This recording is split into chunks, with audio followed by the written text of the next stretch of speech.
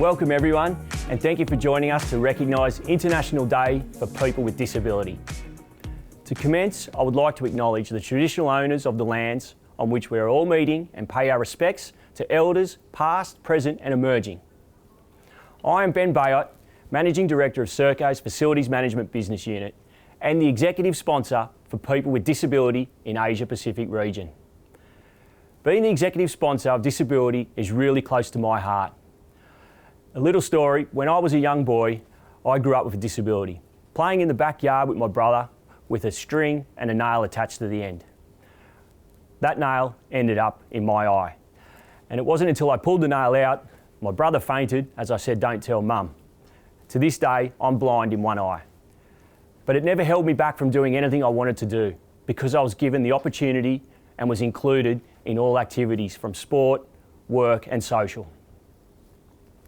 Our business thrives on our diverse and talented workforce, and every one of our employees makes a difference to the lives of others through the important work that our teams do in each contract across the region.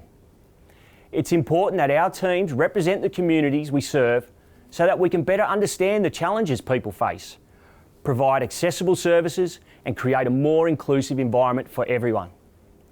The executive leadership team has committed to an accessibility participation plan that outlines our goals and approach to increase representation of people with disability in our workforce and provides a supportive workplace for everyone. We need to challenge ourselves and to be more inclusive and take proactive steps to become an employer of choice for people with disability, to be able to thrive in meaningful careers. In a moment, we'll hear more about the plan from Rachel Burgess, one of our contact centre managers in Citizen Services, Sam Chalmers, who is a team leader, and Chris Gifford, our Health and Safety Environmental Lead at Fiona Stanley Hospital. You can find the Accessibility Participation Plan on the Hub or ask your manager for a copy.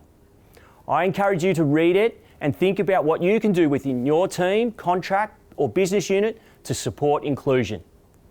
This isn't just for leaders, we're all leaders and we all have a part to play.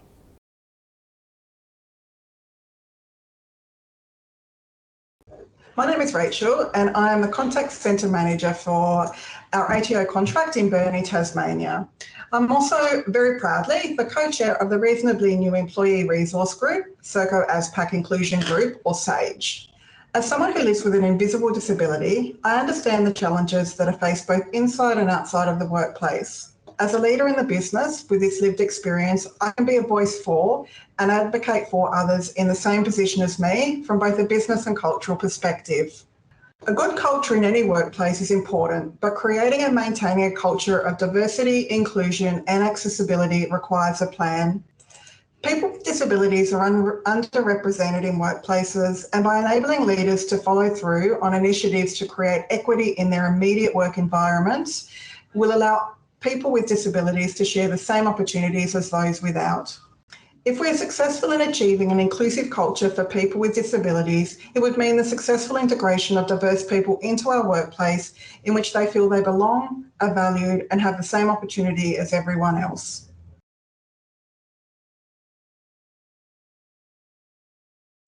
My name is Sam Chalmers and I am first and foremost a senior team leader in the Serco AsPac Citizen Services Division, working on the ATO Contact Centre contract in Burnie, Tasmania. I'm also a member of SAGE, which is the Serco AsPac Inclusion Group. As part of my role, I wear many hats, some of which include being involved in centre engagement, operations management and working with the Health and Safety Committee. I'm passionate about inclusion for people with disabilities because as a mum of two profoundly deaf girls with cochlear implants, I support their journeys navigating the health, wellbeing, education, employment and social aspects of their lives.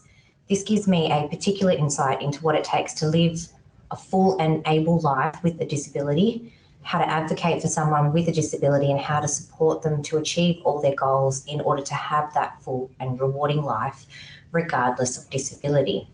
Facilitating diverse employment opportunities is important because when you live with a disability, the road to independent living is long and can be tough. With businesses like Serco paving the way for those living with a disability through providing sustainable employment and structured support tailored to the employee, they help remove the perception that someone living with a disability can't achieve all that someone who isn't can. Hi, my name's Chris Gifford. I'm the Senior Safety, Environment and Wellbeing Specialist at Fiona Stanley Hospital. So for me, I have moderate sensorineural hearing loss. So it's about 50% hearing loss in both ears.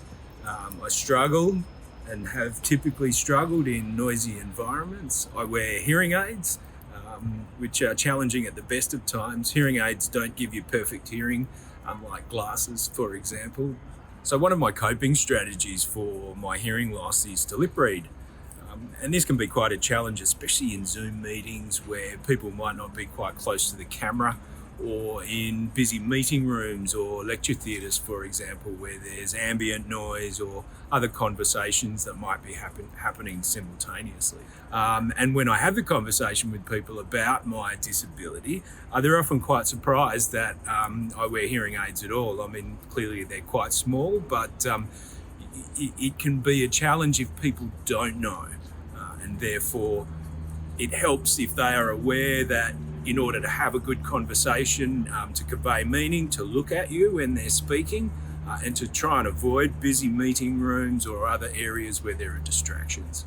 The accessibility participation plan is really important, and it's a great step forward for the business, because not only does it engage with people across our world around what the opportunities are, but it's closely aligned to the Serco value of care.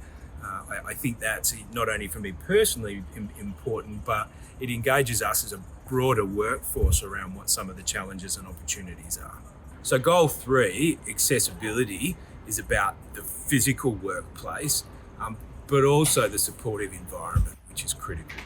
Creating sustainable employment opportunities or career pathways is about having really open and honest dialogue with your line manager, with your peers, and ensuring that you have, or rather leverage through the regular routines such as my catch-up, goals and achievements and certainly future plans to work toward.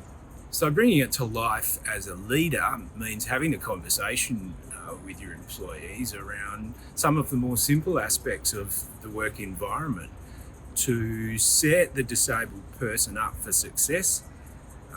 And often, in fact, more often than not, it's the simple, small changes, the tweaks to that environment that can have the most significant impact. Through the accessibility goal, there are 3 things. We can engage and retain high-performing individuals within the organisation. We can attract people with disabilities to the organisation, and we can support people through the process so that they have opportunities on an ongoing basis.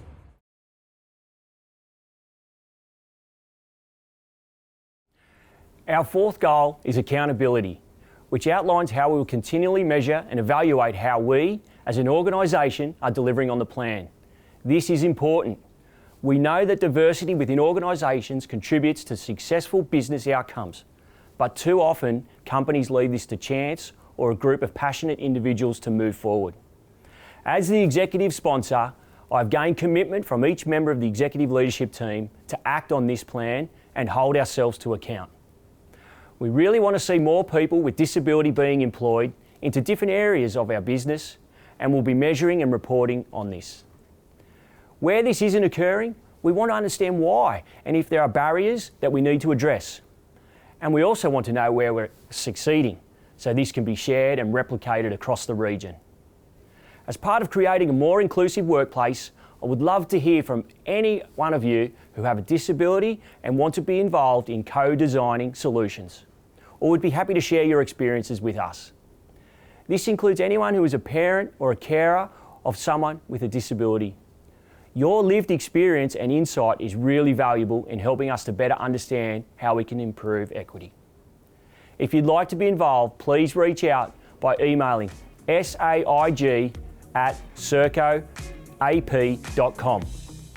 I'm really proud to be the executive sponsor of our Accessibility Participation Plan, and we'll keep you updated on our progress throughout the year. Thank you for your time.